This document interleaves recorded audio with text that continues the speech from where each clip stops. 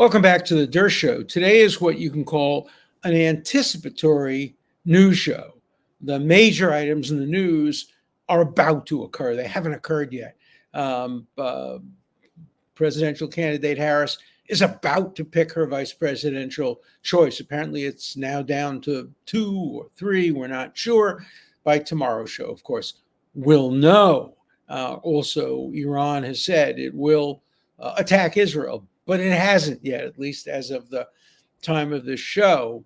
And for me, another issue is the worst member of Congress, the most anti-Semitic, the most bigoted, the most racist, a woman named Cori Bush, who has no credentials other than the fact that, she stood up for the person who was killed by a white policeman in Ferguson, Missouri, and then ran for office and has behaved horribly in office. The most anti-Semitic member of Congress, much more than the rest of the squad, is now running in a primary.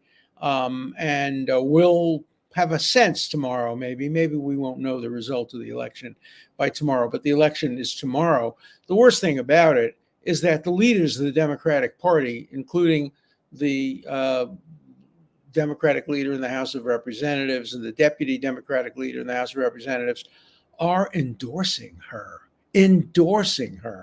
And she's running a campaign just saying that the only people opposing her are Jews and AIPAC and Israel. And, the reason she's scheduled to lose, I hope she loses, but who knows, is that she's been a miserable congressperson.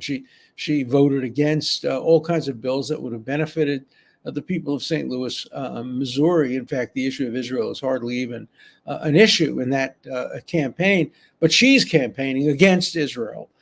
So we can just hope that she is as resoundingly defeated as the previous member of the squad, Bowman, was defeated in New York. We'll have a better sense of that tomorrow. We'll have a better sense of Iran, and we will know for sure who Harris has selected to be her vice presidential candidate. But today I want to talk about Iran. Iran has said it will attack Israel. Its minister has said it will target civilians. It will try to kill civilians. It will not target Israeli military resources. It will try to kill as many civilians as possible. It will probably send rockets to the middle of Tel Aviv and Haifa and Eilat and other Israeli cities that have no military significance, but great population centers. In the normal course of events, when one country threatens another and says it will attack them, that country not only has the right, but the obligation to preempt that attack. And if the United States weren't pressuring Israel now, Israel would at least consider the military option, as it did in 1967, of preemptively attacking those who are planning to attack it. Remember, in 1967, Israel destroyed both the Egyptian and the Syrian Air Force while it was still on the ground, planning to attack Israel. Israel got there first, destroyed the air forces, and won the war in 6 days. I don't know whether Israel has the military capacity to disable all of Iran's drone and rocket attack mechanisms, but it certainly has the capacity to limit them and to hurt them while they're still on the ground.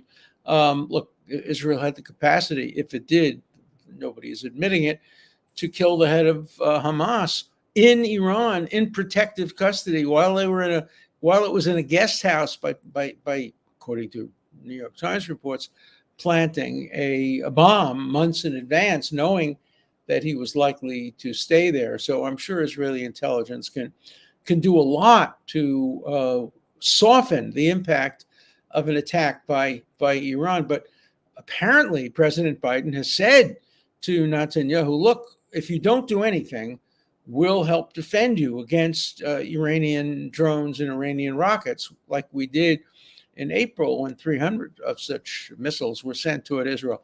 But if you dare to take offensive action, if you attack Iran, we will not defend you. We will not support you. In other words, the United States is telling Israel how to conduct its defenses, how to defend its own people. imagine if Israel tried to tell the United States how to defend its people from a planned attack. Imagine how the United States would react if a country had said, we're going to attack the United States in the next day or two. You think the United States would simply allow the rockets to come and the bombs to fall and say, all right, we'll respond? No, of course they would take preemptive action. Remember the Cuban Missile Crisis. The United States refused to even allow the Soviet Union to have missiles in Cuba, 90 miles away from the United States. It threatened to destroy those nuclear facilities and rockets if a single one of them came to Cuba, and Cuba backed away, and Russia, the Soviet Union, backed away and removed all of its nuclear and other attack weapons directed against the United States. In exchange, the United States removed some of its from Turkey. All right. But no country, certainly the United States, certainly not Great Britain, certainly not France, would accept a threatened attack on it without at least considering the option of some kind of a preemptive, prophylactic, advance, preventive attack. That's what militaries are supposed to do.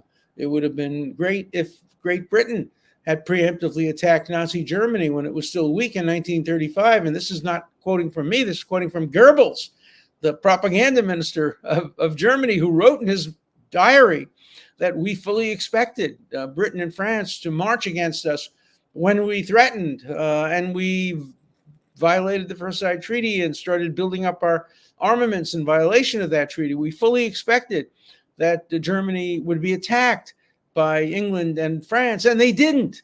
And they allowed us to pass through the danger zone until we were stronger than them.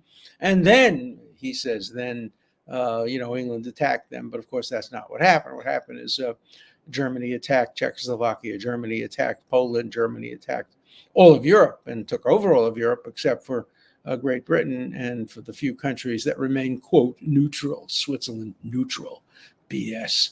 Switzerland was allied with the Nazis in every possible way, certainly economically, and so were many of the other so-called neutral countries. Spain, which was a fascist country, and even Ireland wasn't allied with Nazi Germany, but it wouldn't allow the Allies to land their ships in the ports of Ireland, because Ireland was having a fight with England at the time.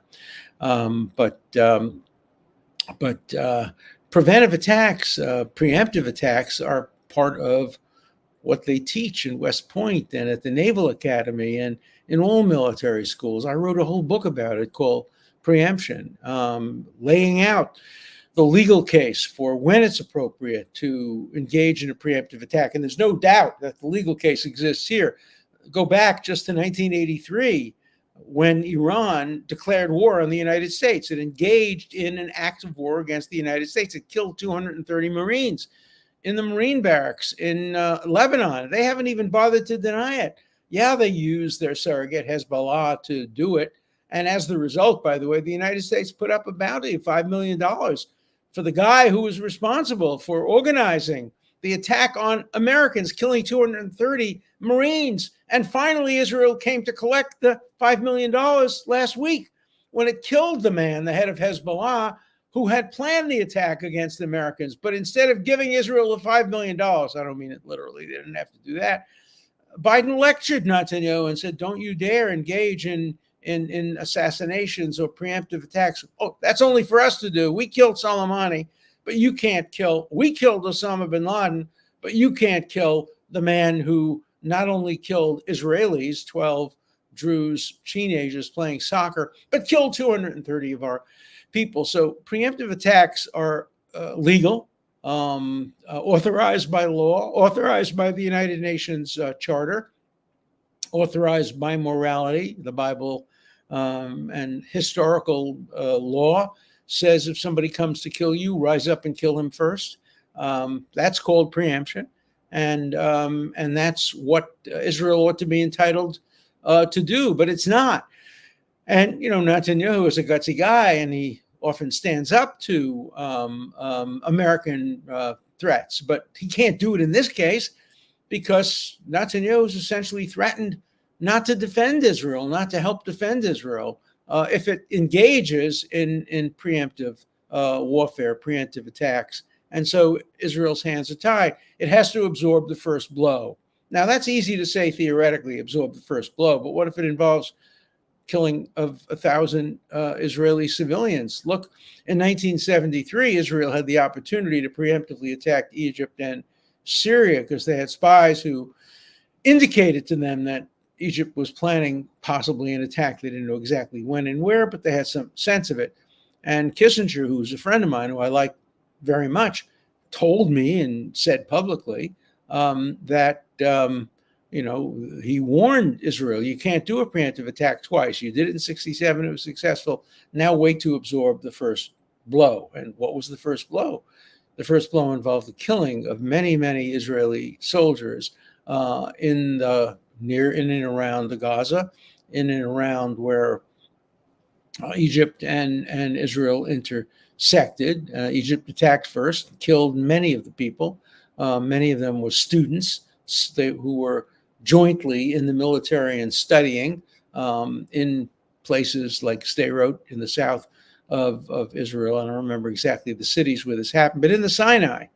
And so absorbing the first blow can sound abstractly like the right thing to do, but it involves the taking of human lives. And every country has an obligation to defend its own citizens. And that's an obligation greater than the obligation not to attack the enemies, particularly the armies. And Israel, it's not like Gaza. Israel could attack Iran's facilities, military facilities, without attacking civilian targets. Iran is not like Hamas. It's the head of Hamas. It runs Hamas. Hamas is a wholly owned subsidiary. But Iran has facilities that are not deeply in civilian territories. They also have them that are. We're told that some of its nuclear facilities are underneath hospitals and underneath mosques and underneath schools. So they're doing some of the same thing, but there are enough targets in Iran that Israel could attack and at least make it more difficult for Iran to launch a successful first attack against Israel. And then the next question will come up once Iran attacks Israel, which could happen as soon as tonight. What right will Israel have to retaliate? The United States will put a lot of pressure on Israel at that point, saying, no, do what you did after the attack in April, a small attack. There it was in an area called Nanchas, something like that, and outside of Tehran, away, and it was a place where there is a nuclear facility, but they didn't attack the nuclear facility. They just attacked military targets near the facility, basically to send a message that they can reach anywhere in Iran. And the United States was satisfied with that. The United States said, look, we'll protect you, we'll defend you, we'll have other countries help defend you, but in exchange for that, you have to keep your retaliation minimal. And Israel did that. That's because only one person was killed in the Iranian attack, somebody who was a Bedouin, and I think a Bedouin woman, but I'm not positive.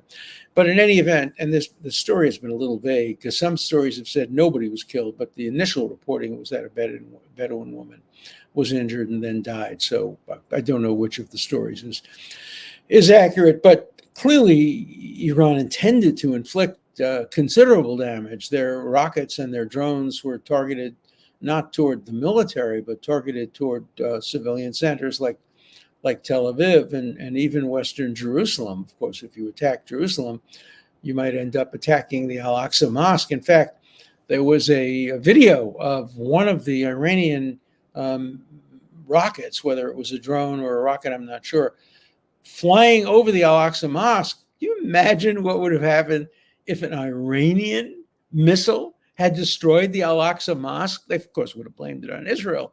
But the Al-Aqsa Mosque, which of course is not mentioned in the Quran and had no status as an important place in Islam until the conflict with Israel broke out. And suddenly the Al-Aqsa Mosque, because it's in Jerusalem, took on great significance, just as Jerusalem, which is not mentioned in the Quran. And it is not really a holy city for Islam, took on much greater significance when the conflict between Muslims and Jews arose over the creation of the state of Israel. Suddenly Jerusalem became the second holiest city. There's nothing in the tradition of Islam that makes it the second holiest city. There is one story about Muhammad rising, going up to heaven on his horse in the place that Abraham sacrificed Isaac. But the significance of both Jerusalem and the Al-Aqsa Mosque increased dramatically once Israel came into the picture. But in any event, that's beside the point. The point is, why is Israel simply sitting and waiting to be attacked? No reasonable country in the world would do that. And Israel is always accused of being a warmonger. And it's not. I mean, if Israel could just live in peace, if people would just stop attacking it, Israel would be the most peaceful country in the world. It could literally obey the prophecy of turning your swords into plowshares. In this case, it would be turning its atomic and nuclear reactors into nuclear medicine, nuclear inventions, and nuclear AI.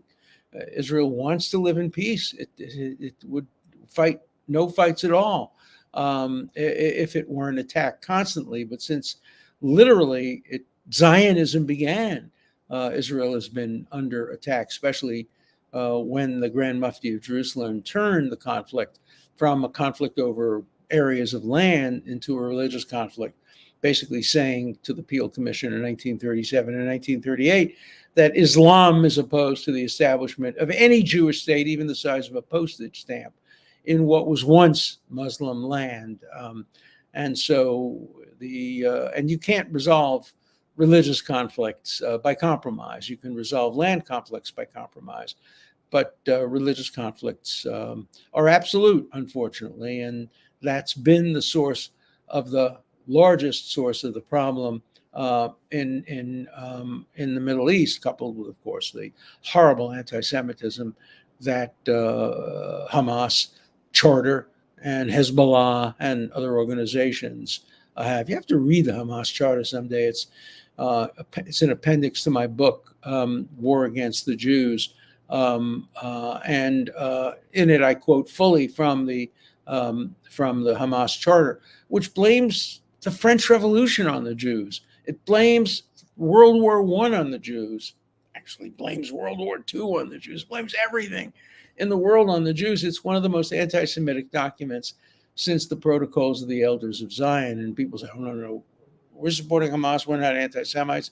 We just are against Zionism. No. Read the Hamas Charter and you'll realize that you are anti-Semites if you support Hamas and if you in any way support what Hamas and Hezbollah and Iran have in mind. Iran has said it quite clearly. It will not be satisfied until it destroys the little Satan. The little Satan is Israel. Guess who the big Satan is? The United States. Guess what Iran would do if it had the power to destroy the United States, to destroy all of Christendom, all of Judaism? If it could, Iran would create a caliphate of Muslim rulers all over the world.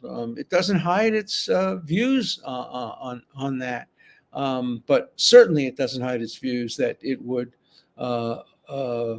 cause the destruction of Israel. And if it gets a nuclear arsenal, its leader has said, Rafsanjani, who was supposed to be the last moderate leader, now we have a new president who's supposed to be moderate, by Islamic standards, means we want to destroy all of Israel, we want to kill all the Jews, but at least we don't want to rape their their women and their children. There are no moderates when it comes to Iran, and the last moderate was Rafsanjani, and here's what he said. He said, if Iran develops a nuclear weapon, we will use it. And we will use it to destroy Israel because Israel is a one-bomb state. All we have to do is succeed in dropping one nuclear bomb on Tel Aviv, and then Israel will be destroyed forever. There will be radiation. Nobody will live in Israel. Everybody will move out. It will be the end of Zionism. He then said, but what if Israel retaliates and bombs Tehran and kills 20 million Muslims? Israel would never do that, but let's assume that. And so Rafsanjani said that would be worth it because it would mean the end of the Jewish state, whereas Islam would continue to survive since it has 100 and something million people. When that's the moderate leader of Iran, you really have to worry about what the other leaders will say. I mean, there are critics of Israel who said, oh, they shouldn't have killed the head of Hamas on the day the new president was inaugurated because the new president was going to be moderate. No, he wasn't. First of all, the new president has as much power as the president of Israel has. They're both important, but they're symbolic jobs. The head of Israel is the prime minister, and the head of Iran is the chief religious functionary, the Ayatollah. He tells the president what to do. So who is elected as president doesn't really change the policies of Islam. It's certainly, there's no possibility that it would have improved relationships with the United States or with Israel. So by tomorrow we'll know, probably. I hope we won't. I hope nothing will happen between now and tomorrow. But I suspect, according to American sources, according to Blinken's statement just, I think, today, and others, former President Trump has said the same thing, that his information is that there might be an attack as early as tonight or tomorrow. By tomorrow's show, we'll probably have a pretty good idea where we are on Iran, where we are on Kamala Harris, maybe where we are on Cori Bush. And until then, let's get to some letters. You describe such racism in the Democratic Party, favoring Kamala Harris due to skin color and gender, disfavoring Shapiro due to religion. How can you still consider supporting the Democratic Party? I do not support the Democratic Party. I am not a member of the Democratic Party. I do not any longer have a presumption in favor of the Democratic Party. I will vote for some Democrats if I think they're better candidates than the Republicans, and I will vote for Republicans if I think they're better.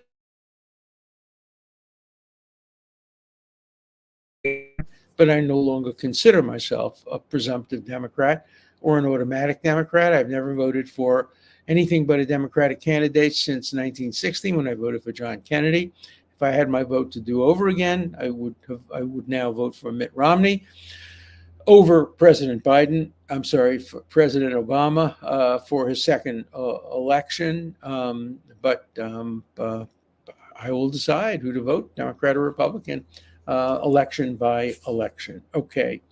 Given Merrick Garland's record as a hyper-partisan capo of the Democratic Party, we are lucky Republicans kept him off the court. Sometimes good things happen for wrong reasons. No, I don't think that's right. I think it was a horrible decision to keep Garland off the court. He was completely and fully qualified to be a justice, and we don't know what kind of a justice he would have been. You know, if you're a justice, you're different from your attorney general. As I've said before, the job of the attorney general is an impossible one under the United States Constitution and practice. Every other country separates out the job of the political assistant to the elected official, which Garland is in the cabinet, from the job of being an independent prosecutor. That's why other countries don't have special prosecutors. They just have automatic directors of public prosecution or attorneys general who have no connection to the government. They're just civil servants. But we don't know. Garland might have been a great Supreme Court justice, even if you're critical of the job he did as Attorney General. At any event, at the time, nobody knew what kind of an Attorney General he'd be. He was denied a hearing as a nominee for a justice of the Supreme Court. That was just dead wrong. All right, here's one very critical of me. Sadly, post after post, I've lost all faith in Alan. He praises his being a Jew and only a fool would miss him being a mastermind of law. Thank you. He never wavers on his praise of the Democratic Party. Have you been listening to me? I have been attacking the Democratic Party since this show began. I think there hasn't been an episode where I haven't attacked the Democratic Party. I am so disappointed with the Democratic Party. You couldn't get me to vote for Liz Warren if she were running against, I wouldn't even mention. You couldn't get me to vote for Bernie Sanders. You couldn't get me to vote for most of the Massachusetts congressional delegation. Certainly, you couldn't get me to vote for anybody on the squad. You couldn't get me to vote for anybody who refused to attend Benjamin Netanyahu's masterful speech.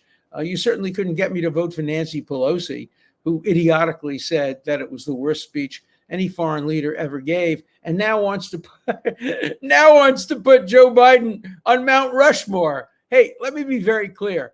I condemn the Democratic Party for its immoral alliances with the hard left, with the squad, with the anti-Israel left, with the anti-American left. So don't count me a Democrat, and don't tell me that, quote, he never wavers on his praise of the Democratic Party. No, I do. Of course, it ends by making a reference to Epstein's Island. Yeah, I was on Epstein's Island with my wife and my 10-year-old daughter when he first bought the island. I ultimately became his lawyer. And I was on the island one night with another professor.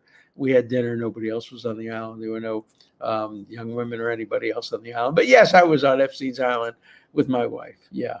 So what does that make me? Somebody you shouldn't listen to? That's just plain ordinary McCarthyism. Professor, if Josh Shapiro is not chosen as the running mate for Kamala, will that be enough for you not to vote for the Democrat? No, it depends. If I came away believing that Josh Shapiro, who I have criticisms of, Josh Shapiro foolishly said that Benjamin Netanyahu is among the worst leaders in the world. That's just an attempt to pander to the extreme left of the party to show how balanced he is. If there's a good reason for preferring another candidate over Josh Shapiro, I'm fine with that. But if I were to come away believing, and it would be a subjective belief, but if I were to come away believing that if everything were constant, everything were the same, except Josh Shapiro's name was John Smith, and he were not Jewish, that he would have gotten the nomination because he could help carry Pennsylvania, then I could not vote for Kamala Harris. Then she would have been engaged in what I would regard as racial and religious discrimination, just as I could never support a candidate who didn't appoint somebody because they were Black. No, I think that's wrong, and that loses me the vote. But it really depends, and it's hard because it's hard to know exactly why a person wasn't named as the nominee. But if I came away believing that it was only because of religion, I couldn't vote for that person. They said on television that if you believe Harris was a DEA hire, you're a racist, Alan. Well, let's understand what happened. President Biden said he would pick a woman running mate. And then he said, and it was a little vague, that he had interviewed 4 people for the job, and the 4 were Black women.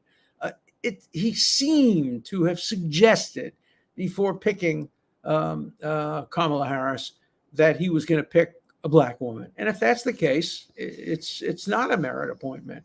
Maybe she was the most qualified person in the country, but that would be horribly unfair to her if she were the most qualified person in the country to be vice president, to first say, but I'm not going to count anybody who's not Black and not a woman, and then pick her. That's the problem of DEI. It insults the people who are ultimately picked, because it leads people to believe that they were picked solely on the basis of race or gender, not on the basis of qualifications. I hate DEI. DEI is against real diversity, it's against real equality, and it's against real inclusion. So I am determined to see DEI dismantled on every single college and university in the country. So if I think somebody is a DEI hire, I'm going to say it.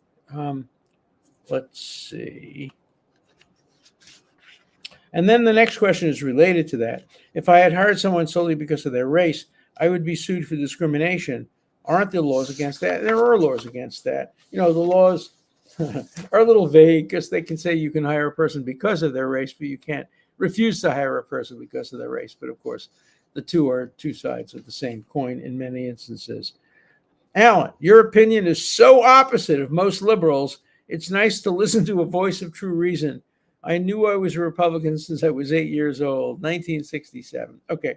I don't think my opinion is opposite of most liberals. The problem is there are no more liberals left.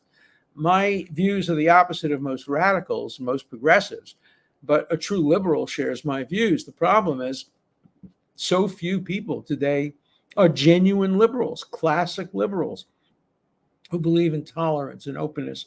I wrote a book called The Case for Liberalism, and I define in that book what a real liberal is. I am a liberal, and I continue to espouse views that I think can be fairly characterized as liberal and anti-radical. And let me end. There are a few letters, but I want to end with the negative one. Okay, we can end on this note. Signed by Stylist. Don't listen to a word this liar says. If you want to be dumbed up or brainwashed, stay on this channel. That's up to you. If you think I'm brainwashing, if you think I'm dumb, that's what America's about. Choose your channel. If you think that you can learn from me, even if you disagree with me, I think I'm the person to listen to. So I hope you will choose to listen to me. But if you choose not to, hey, that's your right. We'll be back tomorrow with a lot more information. Today was a day about contingencies. Tomorrow will be a program about greater certainty. See you then.